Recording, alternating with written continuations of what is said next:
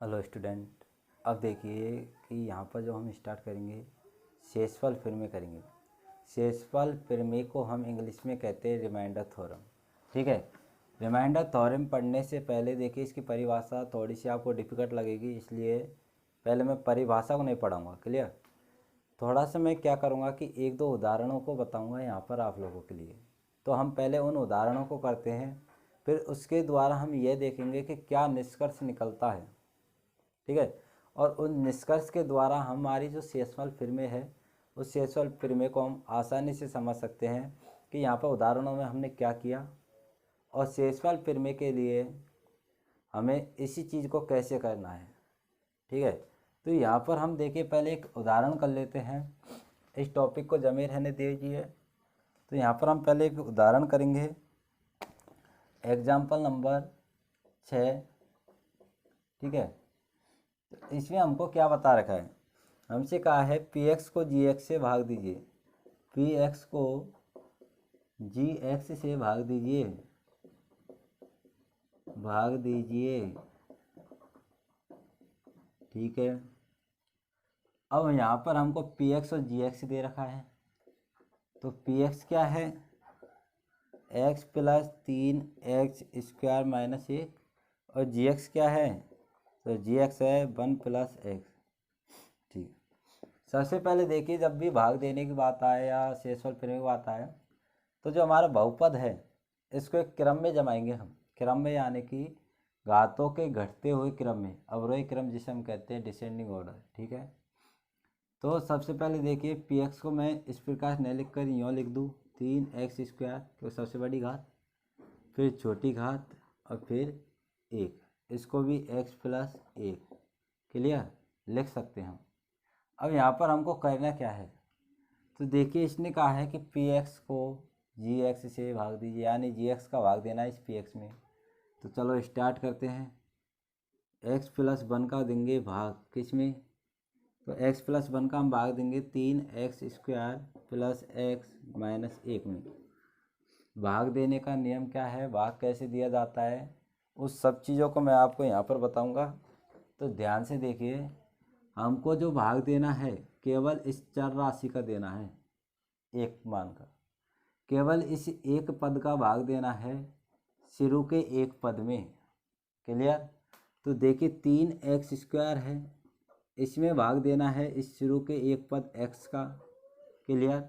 तो हमको देखना है कि ऊपर x² है नीचे x है, और हमने पढ़ा था कि जब घाते भाग में हो, हमने देखा था एक ही घात, ऐसा हमने एक सूत्र पढ़ा था यदि आपको याद हो एक्सरसाइज 1.6 के इंट्रोडक्शन में, x की घात m अपॉन x की घात n हो तो इसे हम लिख सकते हैं x घात m माइनस n, यानी कि घातें घट जाती हैं। तो यहाँ पर दो घातें, यहाँ पर कुछ नहीं तो एक, तो क्या होगा घातें घट जाएंगी, यानी कि 3 तो जो कि तो रहेगा अचर है। ठीक है, और ये 1 और ये 2 है तो x की घात कितनी बचे, केवल 1 की घातें घट जाएंगी। ठीक है, तो हमने जब इस x का इस 3x² में दिया भाग तो कितना निकल कर आया, 3x की घात 1, तो घात 1 को रहने दीजिए, मतलब आई एक ही बात है। अब यहाँ पर देखिए जो हमारा 3x आया, इस 3x का हमको गुणा करना है नंबर y। तो 3x का गुणा x से करेंगे तो 3 का तो 3 आ जाएगा, और x गुणा x करेंगे तो गुणा करने पर घातें जुड़ती है, यहाँ पर एक घात यहाँ पर एक घात, घात हो जाएगी 2। क्लियर।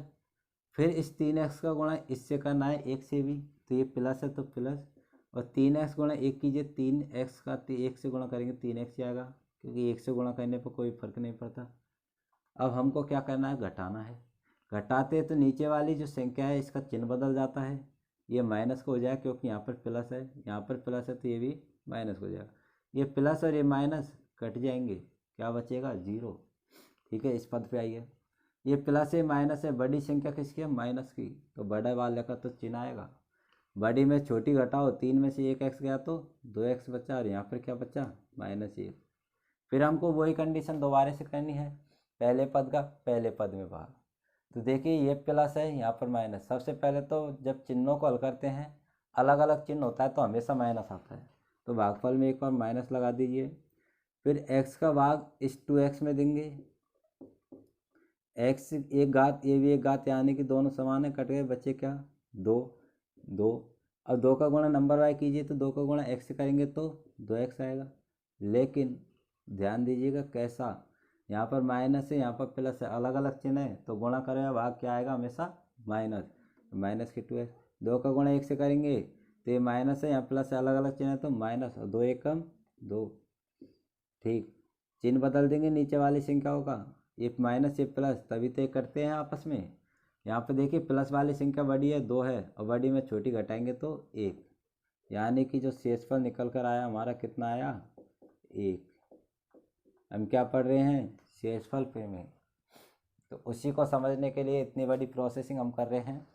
तो इसको एक बार ध्यान से देखिएगा बिल्कुल, कि जब हमने x+1 का भाग दिया इसमें, तो हमारा जो शेषफल है वो 1 निकल कर आया। ठीक है साहब, अब देखिए मैं एक चीज़ और यहाँ पर करूँगा कि जो हमारे gx है, gx हमें दिया हुआ है x+1 ही तो है gx, ये देखिए तो x+1 gx है, तो सबसे पहले मैं इसका शून्यक निकाल लूँ, gx का शून्यक। तो gx का जो शून्यक होगा वो क्या होगा, तो हम जानते हैं इसको 0 के बराबर रखते हैं, x+1 को 0 के बराबर रखते हैं, तो x बराबर आएगा -1। तो इस gx का शून्य कितना आ गया -1। आई बात समझ में, मैंने क्यों किया ये भी मैं बताऊंगा। बस इतना देख लीजिए, जिसका भाग दे रहा है, जिस भाजक का हम भाग देते हैं उसका शून्यक निकाल लिया। ठीक है, अब इस x बराबर -1 को मैं इसमें रखूँगा px वाले में। ठीक है, तो इसमें जैसे मैं रख रहा हूँ तो देखिए px बराबर हमारे पास यही तो है 3x² प्लस x -1। जब मैंने x बराबर -1 को इसमें रखा तो ठीक है, 3x जगह पर -1 का स्क्वायर प्लस -1 3। फिर मैंने बताया एक बार पिछली अभी जो वीडियो बनाई थी हमने, पिछला जो पार्ट था क्लास का उसमें, कि जब भी घात सम संख्या हो माइनस के ऊपर तो हमेशा प्लस का आता है, और 1 का स्क्वायर 1 प्लस -1 3 एकम 3, ये प्लस और माइनस है, अलग अलग चिन्ह है तो हमेशा माइनस का आएगा, इधर -1। देखिए -1 और -1 माइनस के 2। ठीक है, क्या बच्चा 1, यानी कि p-1 बराबर क्या बच्चा 1। अब देखिए ध्यान दीजिए, इससे जब हमने भाग दिया शेषफल निकल कर आया 1, और जब इसके शून्यक को हमने इसमें रखा तब भी मान क्या आया 1। फिर से बताता हूँ, जब हमने इसका इसमें भाग दिया शेषफल निकल कर आया 1, फिर हमने दूसरी विधि क्या की, इसका शून्यक निकाला और इसके शून्यक को इसमें रखा तब भी मान निकल कर के आया 1। इसका अर्थ शेषफल प्रमेय हमारी ये कहती है कि भाजक का जो शून्यक होता है, ठीक है, भाजक जिससे हम भाग देते हैं, उस भाजक के शून्यक को यदि हम इस भाज्य में रखे, बहुपद में रखे, तो जो मान निकल कर आता है वही अपना क्या होता है, शेषफल होता है। आई बात समझ में। तो देखिए यहाँ पर एक बार इसको नोट कर लीजिए, हम एक एग्जाम्पल और करेंगे और उसके बाद में मैं आपको शेषफल प्रमेय की जो पूरी विधि है उसको बताऊंगा। 3x⁴ - 4x³ - 3x - 1, इसको भाग देना है x - 1 से, 1 से भाग दीजिए। ठीक है, तो अब देखिए मैं भाग देने से पहले तो ये बताऊंगा, जो हमने दूसरी बार किया था ना शून्यक निकाला पहले, वैसे ही मैं यहाँ पर एक बार x - 1 का शून्यक निकाल रहा हूँ। ठीक है, x - 1 का शून्यक, तो x - 1 का शून्यक क्या आएगा, 1 दूसरी तरफ चल जाएगा प्लस का, ये आया। तो यानी कि मैं इस x - 1 के शून्यक को इसमें रख दूँ। ठीक है, तो अब देखिए मैं उसमें रख रहा हूँ, पहले उसको मानूंगा, माना px हमने कोई भी नाम दे दिया, 3x⁴ - 4x³ - 3x - 1, आप इसका भी नाम दे सकते हो। ठीक है, x जगह पर मैं लिख रहा हूँ 1, 3 1⁴ 4 - 4 1⁴ 3 - 3 1 और 1। ठीक है, 1⁴ है तो 1 ही आएगा, चाहे 1 की घात कितनी भी हो 1 ही आता है। तो 1 का गुणा 3 से करेंगे 3, मैं 1⁴ हो तो भी 1 ही आएगा, 1 का गुणा 4 से करेंगे 4 - 3 एकम 3 - 1। माइनस की संख्या देखिए ज़्यादा बार है, पहले इनको हल कर लीजिए, 4 और 3 7 और 1 8, तो माइनस के 8 है। अब बड़ी वाली संख्या का चिन्ह, माइनस की बड़ी है तो माइनस चिन्ह, बड़ी में छोटी घटाई 5, यानी p1 कितना आया 5। अब देखिए यहाँ पर हमने इसका शून्य निकाल कर इसमें रखा, मैं डायरेक्ट ही आपको यह कह सकता हूँ कि जब हम x माइनस 1 का इसमें भाग देंगे तो शेषफल क्या आएगा, माइनस के 5 आएगा। अब मैं इसको एक बार भाग देकर और आपको बता दूँ ताकि पूरी बात समझ में आ जाएगी कि आखिर शेषफल फिर में क्या चीज़ है। तो देखिए मैं भाग देकर बता रहा हूँ, x माइनस 1 का भाग देना है हमको, ठीक है। x माइनस 1 का भाग देना है 3x की घात 4 minus 4x cube minus 3x minus 1 में। तो मैंने क्या होता है, पहले पद का पहले पद में भाग, x का भाग, इस 3 तो अचर है, इसको जो कि तो लिख दीजिए, x की घात 4 में देंगे, घातें घट जाएंगी, यहाँ पर 4 यहाँ पर 1, तो बचेगा केवल x की घात 3, ठीक है। अब 3x क्यू का एक बार इससे गुणा कीजिए तो 3 का तो 3 और x क्यू गुणा x करेंगे तो घातें जुड़ जाएंगी, यहाँ पर 3 घातें यहाँ पर 1 तो हो जाएगी x की घात 4। फिर यहाँ पर माइनस है तो माइनस, और 3 का गुणा 1 से करेंगे 3 और x क्यू साथ में, ठीक है, क्योंकि 1 से गुणा करने पर तो वही आता है। फिर चिन्ह बदल जाता है, माइनस और प्लस हो गया, ये कट जाएंगे क्योंकि ऊपर प्लस है नीचे माइनस संख्या हो गई।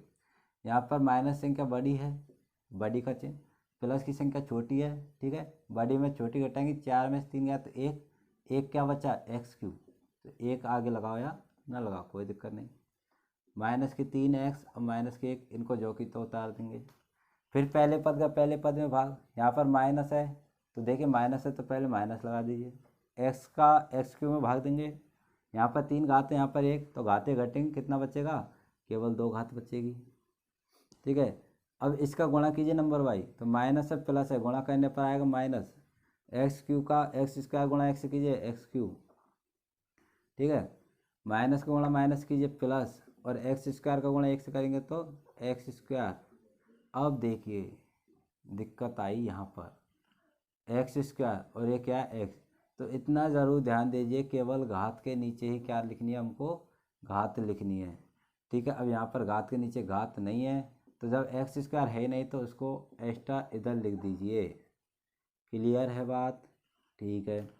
चिन्ह बदल दीजिए, इधर प्लस हो जाएगा, ये माइनस हो जाएगा, ये कट जाएगा। अब यहाँ पर जब हम इसको जमाएंगे ना तो जमाने का तरीका इस प्रकार है, सबसे पहले बड़ी घात, ये माइनस का हो चुका है तो माइनस का एक्स स्क्वायर, माइनस के 3x माइनस के 1 ये वाला पीछे, ठीक है, पहले बड़ी घात।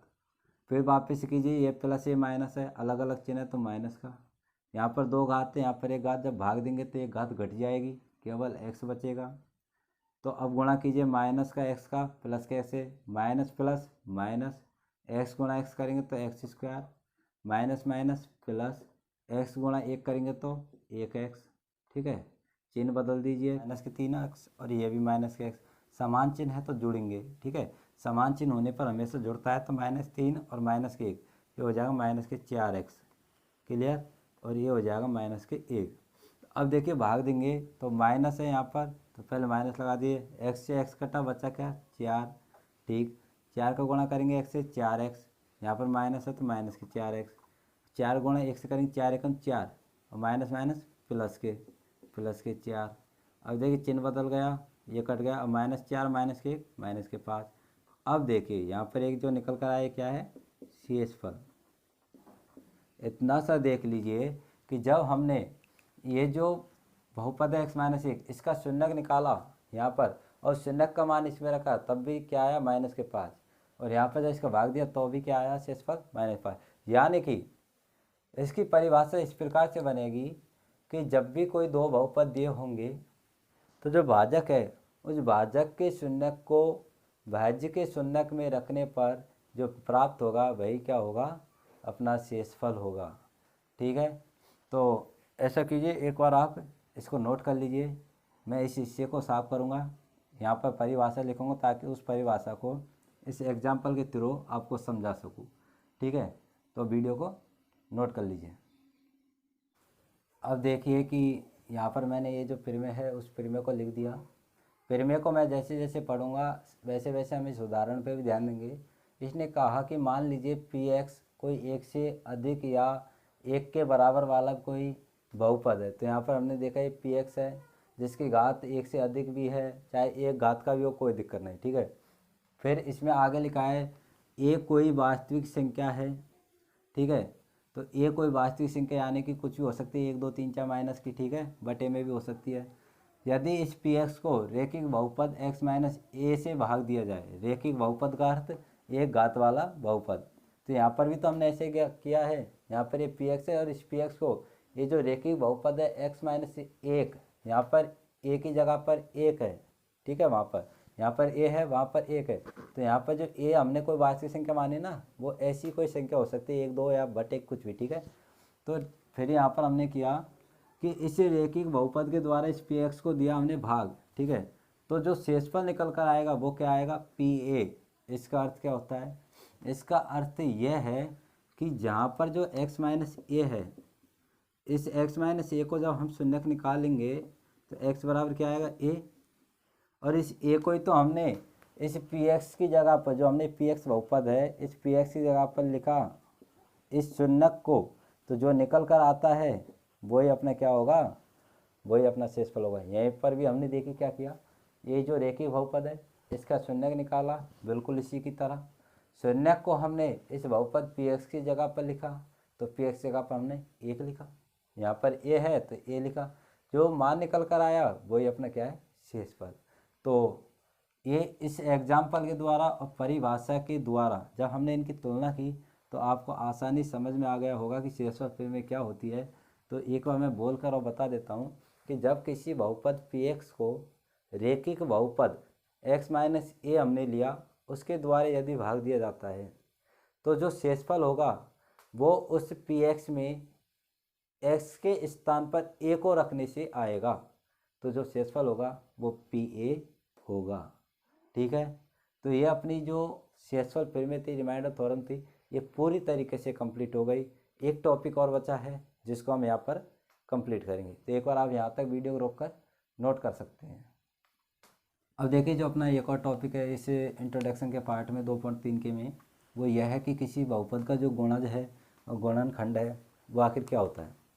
तो इसको मैं परिभाषा पीछे पढ़ूंगा, एक बार एक चीज़ देख लीजिए कि यहाँ पर मान लीजिए मैंने 25 लिया, ठीक है, और 25 को मैंने 4 से भाग दिया, तो 4 6 की 24 ज़्यादा हो जाता, 4 6 की 24 बिल्कुल सही है, एक बचा शेषफल। अब देखिए इस 25 को यदि मैं भाग देता हूँ 5 से, 5 25, बिल्कुल ठीक है, ठीक है। एक बार 15 का और ले लेते हैं, 15 में यदि भाग दूँ मैं 3 का, तो 3 5 15 है, ये भी बिल्कुल सही है, क्लियर, ठीक है। एक चीज़ और, यदि 24 की मैं बात करूँ तो 24 में मैं 2 का भाग दूँ तो 12 बार जा रहा है, ठीक है, मैं शॉर्टकट कर दिया, ठीक है। यदि 24 में 3 का भाग दूँ, 3 8 24, ये भी बिल्कुल सही है। यदि 24 में मैं 4 का भाग दूँ, 4 6 की 24, ये भी बिल्कुल सही है। क्या बताना चाहता हूँ मैं, तो मैं यह बताना चाहता हूँ, देखिए कि यहाँ पर शेषफल 1 आया अर्थात 0 नहीं आया, और जब शेषफल 1 आया तो हमने देखा कि 25 के पहाड़े में 4 भी कहीं नहीं आता, या फिर 4 के पहाड़े में 25 भी कहीं नहीं आता, 4 6 की 24, 4 7 28, यानी कि 25 नहीं आ रहा। तो मैं क्या कह सकता हूँ कि 25 के हम जो टुकड़े करते हैं उसमें 4 कभी नहीं आएगा, ठीक। यहाँ पर यदि बात करूँ तो 5 के पहाड़े में 25 आता है, तो यदि 25 के मैं टुकड़े करूँ तो इस प्रकार से नहीं लिख सकता क्या, 50 25, बिल्कुल लिख सकता हूँ। यहाँ पर 15 को मैं 3 × 5 भी लिख सकता हूँ, 5 × 3 भी लिख सकता हूँ। और देखिए ये कब लिखा जा रहा है, जब शेषफल 0 आ गया वो।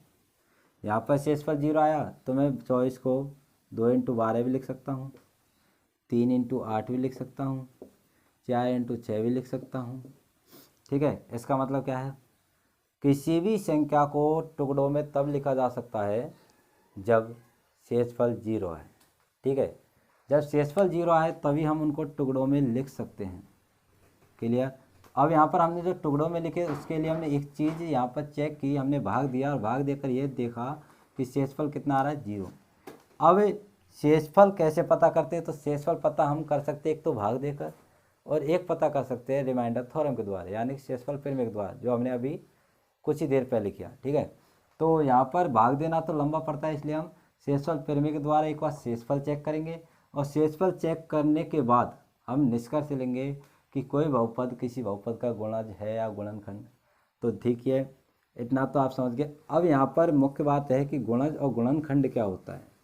तो गुणज और गुणनखंड क्या होता है उसे देखिए कि जैसे मैंने इस 25 में भाग दिया था, 25 को छोड़िए, आप लीजिए 24। जैसे मैंने इस 24 में 3 का भाग दिया, 3 8 24, ठीक है। तो हम इस 24 को लिख सकते हैं 3 × 8 के रूप में, यानी कि छोटी संख्या ही है। तो हमने क्या किया, इस 24 के क्या कर दिए, यहाँ पर 2 टुकड़े कर दिए, किए या नहीं किए। ये जो टुकड़े हैं, टुकड़ों को ही कहते हैं हम खंड। तो 24 के गुणनखंड, 24 के गुणनखंड तो हो जाएंगे 3 और 8, ठीक है। और यदि मैं कहूँ कि 8 का गुणज, यानी कि 8 के गुणा के रूप में, 8 8 दूनी 16, 8 3 24, 8 4 32, 8 5 40, तो ये जो बढ़ती हुई संख्या है ये क्या होता है, गुणज होता है। तो यानी कि 8 का गुणज क्या होगा, 24।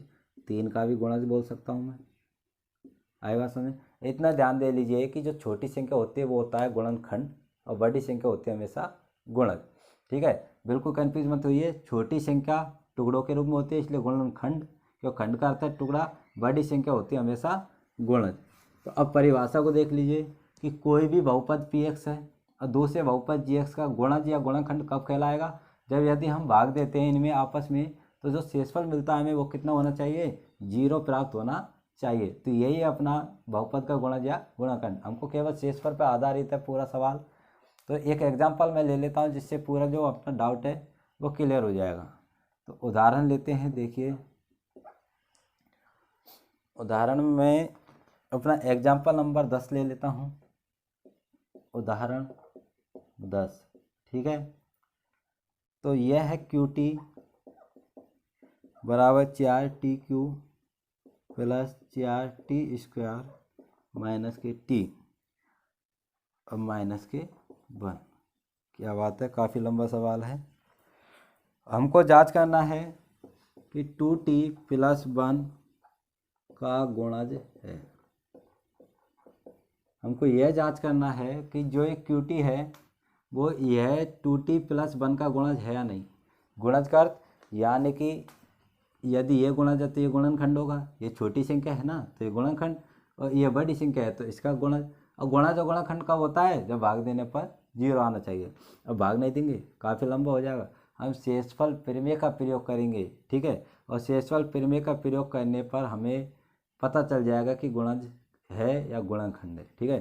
तो सबसे पहले करना क्या होगा, जिसका भाग दे रहे उसका शून्यक निकालेंगे। तो 2T + 1 का शून्यक, तो 2T + 1 का हमको शून्यक निकालना है। तो कैसे निकालेंगे, इस 2T + 1 को रख देंगे 0 के बराबर, अचर पद को दूसरी तरफ ले जाएंगे, माइनस का हो गया, टी का मान निकालेंगे, गुणा में भाग लग जाएगा। तो इसका जो शून्यक आया वो क्या आया, -1/2। इस शून्यक को रखेंगे इस QT में, तो Q -1/2, देखिए 4 -1/2 की घात 3 प्लस 4 -1/2 घात 2 -1/2 -1, ठीक है। इसमें मैंने जहाँ पर भी टी है वहाँ पर -1/2 लिख दिया। 4 माइनस है और घात है विषम, मैंने क्या होता है जब भी विषम घात हो हमेशा माइनस ही आएगा, सम होती तो प्लस हो जाता। 1 की घात 3 लेंगे, 1 यहाँ पर पूरे कोष्टक के ऊपर घात है इसलिए यह घात ऊपर भी होगी और नीचे भी होगी। 2 की घात 3 यानी 2 दूनी 4 दूनी 8, 8 आ गया, प्लस 4। अब देखिए सम घात है तो माइनस के में बदल जाएगा प्लस में। 1 की घात 2 यानी 1, 2 की घात 2, 2 दूनी 4, ठीक है, 2 दूनी 4 माइनस। अब देखिए ये माइनस से कोष्टक बाहर और ये कोष्टक के अंदर माइनस, जैसे कोष्टक हटाएंगे गुणा हो जाएगा, माइनस माइनस प्लस। तो समान चिन्ह होता है तो गुणा करो या भाग करो हमेशा क्या आता है, प्लस, और असमान चिन्ह हो तो माइनस। इससे काटेंगे ये ऊपर है नीचे, 4 एकम 4, 4 2 8, तो माइनस के 1/2 बचे, क्लियर। यहाँ पर 4 एकम 4, 4 एकम 4 यानी केवल बचा 1, प्लस इधर 1/2 और इधर माइनस के, ये माइनस का है ये प्लस का कटा, ये प्लस का है माइनस कट गया, क्या बचा केवल 0। और जो शेषफल क्या आया 0, ठीक है, ये तो अपना शेषफल होता है और शेषफल 0 आ जाता है। तो हमने क्या सीखा कि बड़ी वाली संख्या गुणज होती है छोटी वाली की और छोटी वाली संख्या गुणनखंड होती है बड़ी वाली की। तो हम यहाँ पर लिख सकते हैं अपना निष्कर्ष, अतः क्यू टी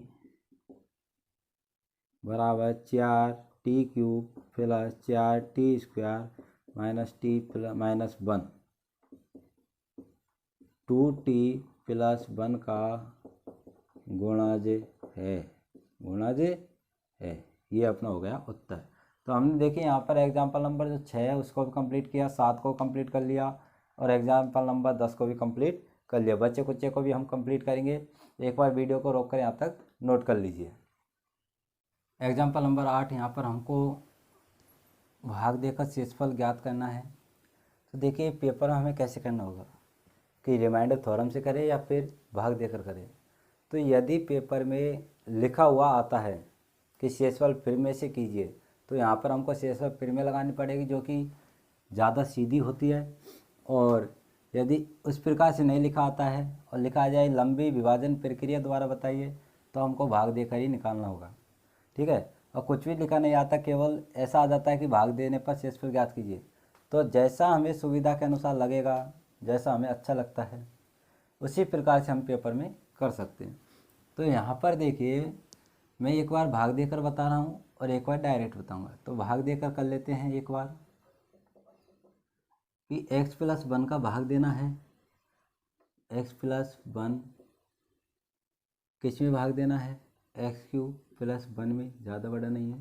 ठीक है, पहले पद का पहले पद में भाग देंगे। यहाँ पर घात 3 है, यहाँ पर 1, तो डायरेक्ट देख लिए घातों को घटा दीजिए। x का x³ में देंगे, यहाँ पर 3 है, यहाँ पर 1, तो 3 में से 1 घात गई तो 2 घात, तो x की 2 घात यानी x² बार गया। क्लियर? तो x² बार गया, तो अब इस x² का इससे गुणा कीजिए तो x की घात 3 आ जाएगा। फिर इसके साथ कीजिए तो प्लस x² आ जाएगा। यहाँ पर कोई x² नहीं, तो इस प्लस के x² को अलग से लिख दीजिए, इधर चिन्ह भी अलग और ये भी अलग, चिन्ह बदल दीजिए, प्लस माइनस कट गया। अब पहले बड़ी घात को लिखेंगे तो माइनस की हो गई, माइनस के x² प्लस के 1 बाद में, यहाँ प्लस से माइनस है, अलग अलग चिन्ह है तो माइनस, x का x² में देंगे, यहाँ पर 2 घात, यहाँ पर 1 घात, घातें घट जाएंगी, 1 घात आएगी। क्लियर? इसका नंबर वाइज गुणा करेंगे तो देखिए इसको तो मैं आपको बार बार गुणा करके बता रहा हूँ ताकि गलती होती है तो क्या है कि यह संख्या निकल कर नहीं आएगी। यदि गुणा करने पर यह वाली संख्या निकल कर नहीं आती तो इतना समझ जाइए कि आपने गलत भाग दिया है। ठीक है, अब यहाँ पर वैसे मुझे पता है भाग सही है तो हम डायरेक्ट भी लिख सकते हैं जो कि त्यों, क्योंकि ये की यही आएगा। ठीक है, माइनस गुणा प्लस करेंगे तो माइनस आएगा और एक्स का गुणा 1 से करेंगे तो एक्स, यहाँ पर एक्स भी नहीं है तो इस माइनस के एक्स को भी अलग लिख दिया, चिन्ह बदल दिया। नीचे वाली संख्या का ये कट गए, ये प्लस का हो गया तो प्लस के एक्स, तो प्लस तो लगाओ मत। ठीक है, और ऊपर भी प्लस के ये। अब देखिए यहाँ पर दिमाग में यदि हम सोचें ये पूरा x+1 ये पूरा x+1 भाग देंगे तो एक बार ही जाएगा टोटल। ठीक है, लेकिन ऐसे नहीं देना है, आएगा तो वही लेकिन नंबर वाइज, पहले पद का पहले पद में, समान संख्या का समान भाग दे। यदि 2 का भाग 2 में दे तो 1 ही आता है, 10 का भाग 10 में दे तो 1 ही आता है, x का भाग x में देंगे तो 1 ही आएगा। तो x का भाग x में दिया तो 1, यहाँ प्लस है तो प्लस लिया। ठीक है, 1 का गुणा x कीजिए x, 1 का गुणा 1 से कीजिए 1 एकम 1, चिन्ह बदल दीजिए, प्लस माइनस कट गए, ये प्लस माइनस कट गया, शेषफल कितना आया 0। तो शेषफल हमने ज्ञात कर लिया, तो यहाँ पर लिख देंगे अतः शेषफल बराबर 0 है। ठीक है, आंसर। अब मैं आपको शॉर्टकट बता रहा हूँ रिमाइंडर थ्योरम के द्वारा। तो यहाँ पर लिख देता हूँ शेषफल फिरमे के अनुसार, फिरम्यानुसार, इस प्रकार भी लिख दिया। ठीक है, फिरमे अनुसार भी लिख सकते हो आप। अब यहाँ पर फिरमे के अनुसार हम इसको कर रहे हैं तो सबसे पहले हमको जिसका हम भाग दे रहे हैं इसलिए कि बहुपद, इसका शून्य निकालेंगे। तो x+1 का शून्य के यदि हम निकाले तो देखिए इसको 0 के बराबर रख लीजिए। शून्य किस प्रकार से निकलता है, अचर पद को दूसरी तरफ ले जाइए, माइनस का हो गया तो यही क्या है शून्य बराबर -1। ठीक है, x+1 का शून्य कितना आया -1।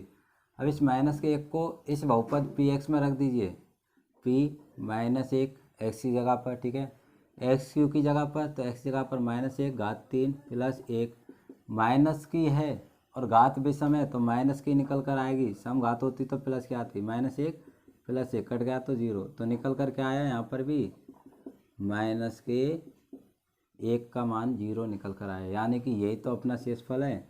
तो बताइए कौन सी विधि सीधी लगी, तो हम जानते हैं कि यही विधि सीधी होगी ऑब्वियसली, तो इसी विधि से ज़्यादातर हम सवालों को करेंगे। ठीक है, तो आप यहाँ तक इसको नोट कर सकते हैं। हमारे एक और एग्जाम्पल बचा है, उसके बाद पूरी जो एक्सरसाइज जो इंट्रोडक्शन है कंप्लीट हो जाएगा, फिर हम एक्सरसाइज पढ़ेंगे। तो यहाँ पर मैं कर देता हूँ अगले क्वेश्चन को। ठीक है, यहाँ पर अगला जो एग्जाम्पल है उसको मैं डायरेक्ट बताऊँगा शेषफल फिर में से। ठीक है, तो एग्जाम्पल नंबर 9, एग्जाम्पल 9 क्या कहता है कि x की घात 4, तो मैं इसको मान लूँगा पहले ही, ठीक है, बाद में भी लिखना होगा। माना px बराबर, क्योंकि मानना ज़रूरी है, पहले नाम देना ज़रूरी है। और घात कभी भी देख लेना कि घात उल्टी सीधी ना लिखो, यानी कि बड़ी घात पीछे छोटी घात आगे। यदि इस प्रकार से लिखो तो हम उसको क्रम से जमाएंगे, सबसे पहले बड़ी घात, फिर छोटी घात, फिर छोटी घात, फिर लास्ट में अचर पद। तो देखिए x की घात 4 है यहाँ पर, बिल्कुल सही है। फिर x की घात 3 है, -2x² है, प्लस x है, प्लस 1 है। इसको भाग देना है, x - 1 से भाग देना है। ठीक है, ये लीजिए भाग देना है, मैंने इस प्रकार से इसको लिख दिया। तो अब देखिए मैं यहाँ पर शेषफल प्रमेय के द्वारा से करूँगा, आप चाहो तो उस विधि से कर लेना, यदि आपका नहीं होता है तो आप कमेंट बॉक्स में बता दीजिएगा, मैं वापस से करवा दूँगा। तो यहाँ पर क्या करना है, सबसे पहले x माइनस जो 1 है, इस x - 1 का निकालना है हमको शून्यक।